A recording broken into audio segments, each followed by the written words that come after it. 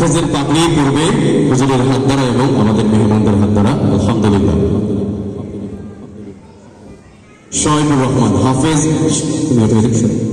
হাফেজ শোয়েবুর রহমান, সে তার মাথায় হাফেজের পাগড়ি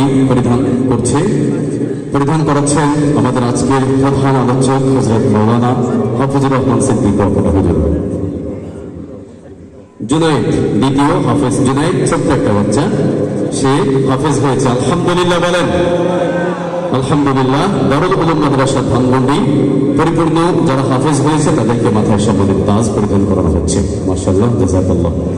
আল্লাহ তাআলা এই সমস্ত সন্তানদেরকে দ্বীনের জন্য কবুল করেন, আমিন।